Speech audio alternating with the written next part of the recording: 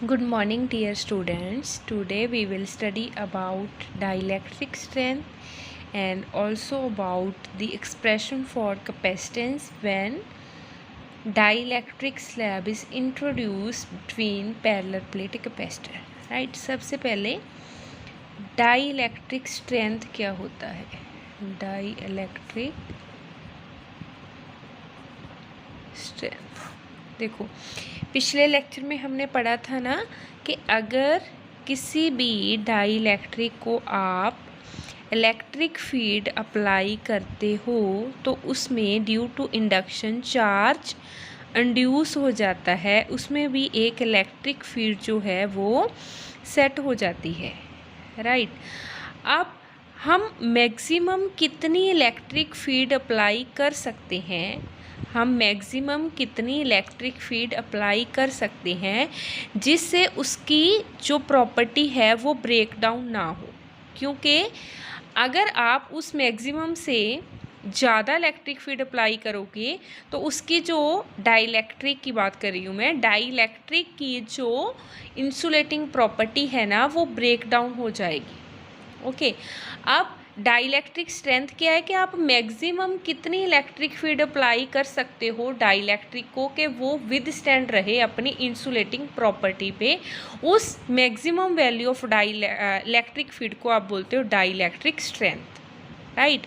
कि डाइलेक्ट्रिक के पास कितनी स्ट्रेंथ है कि वो कितनी इलेक्ट्रिक फील्ड झेल सकता है, कितनी इलेक्ट्रिक फील्ड वो अपने पे अप्लाई करवा सकता है, उस मैक्सिमम इलेक्ट्रिक फील्ड को आप बोलते हो डाइलेक्ट्रिक स्ट्रेंथ। ओके। इसकी आपने डेफिनेशन करनी है। अब हम करेंगे आर्टिकल जिसमें हम कैपेसिटेंस निकालेंगे when dielectric slab is introduced between the parallel plate capacitor. ये हमारे पास पैरेलल प्लेट कैपेसिटर है, इसकी इलेक्ट्रिक फील्ड है आप मान लीजिए ई नॉट वेक्टर। अगर आपने डाइलेक्ट्रिक स्लैब जिसकी थिकनेस आप ले लीजिए टी इंट्रोड्यूस कर दी in between the parallel plate capacitor, मान लीजिए जो पैरेलल प्लेट कैपेसिटर की प्लेट्स है उसके बीच डिस्टेंस है डी। ओके। आपने डाइलेक्ट्रिक स्लैब इंट्रोड्यूस कर दी जिसकी थिकनेस थी टी। अब देखो, पहले तो एक्सटर्नल इलेक्ट्रिक फील्ड कितनी है, ई नॉट है।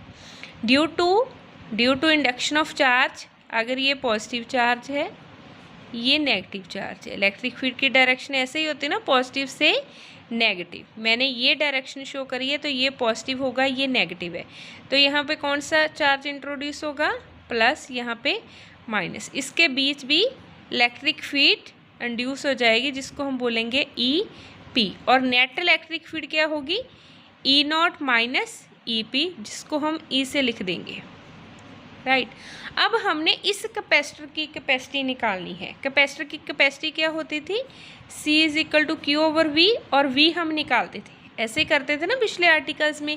V कैसे निकालते थे, ED वाला फार्मूला लगाकर, लेकिन इस केस में E जो है वो डिफरेंट है। इस थिकनेस में कोई और वैल्यू है, जो ये वाली थिकनेस है, ये वाली स्पेस है जिसमें डाइलेक्ट्रिक स्लैब नहीं है, उस स्पेस में E की वैल्यू कोई और है। उस स्पेस में कितनी है, E not. E not value किस स्पेस में है, डी को आप टी से माइनस कर दो तो वी को आप लिखोगे ई नॉट किस में है, D minus T.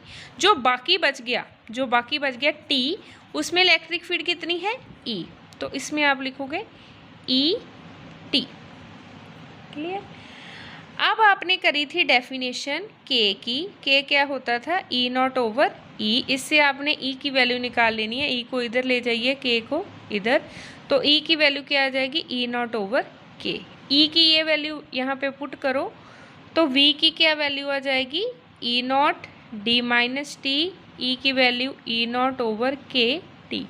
E not को आप कॉमन लीजिए, कॉमन लेकर आपके पास बन जाएगा D minus T, T over के।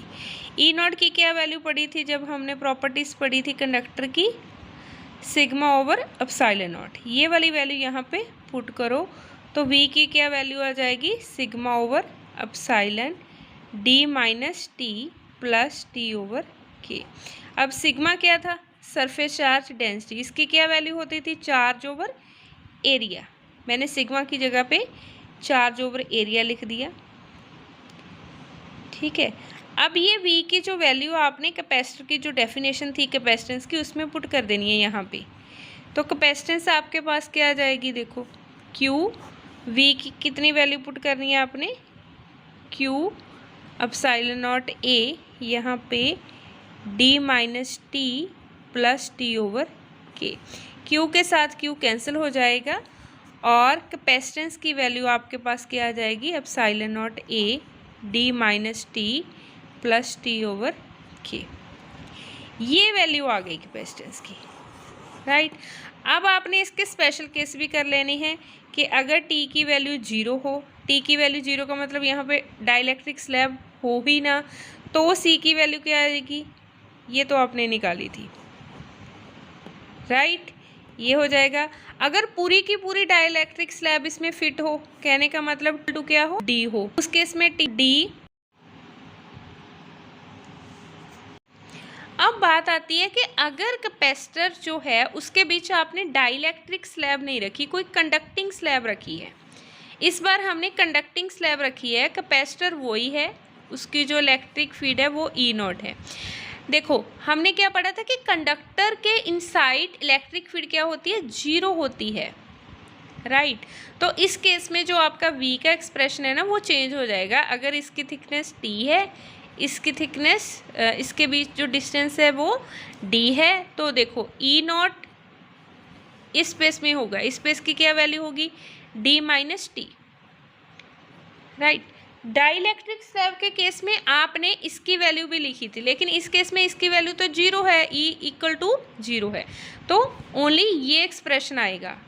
और E0 की फिर वैल्यू आप वही पुट करोगे, D माइनस T, सिग्मा की फिर same Q epsilon not A D minus T। Capacitance की क्या डेफिनेशन थी, Q ओवर V, इसमें वैल्यू पुट कीजिए V की, तो Q जो है आपका Q के साथ कैंसिल हो जाएगा और C की वैल्यू आएगी इस केस में ये वाली, राइट। अब देखो अगर पूरी की पूरी कंडक्टिंग स्लैब हो, कहने का मतलब पूरी की पूरी फिट हो इसमें, तो T इज इक्वल टू क्या हो जाएगा, D के इक्वल आ जाएगा।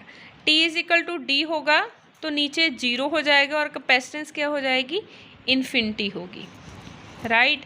अगर आपने कंडक्टिंग स्लैब रखी पूरे के पूरे गैप में तो उस कैपेसिटर की जो कैपेसिटी होगी वो इन्फिनिटी होगी।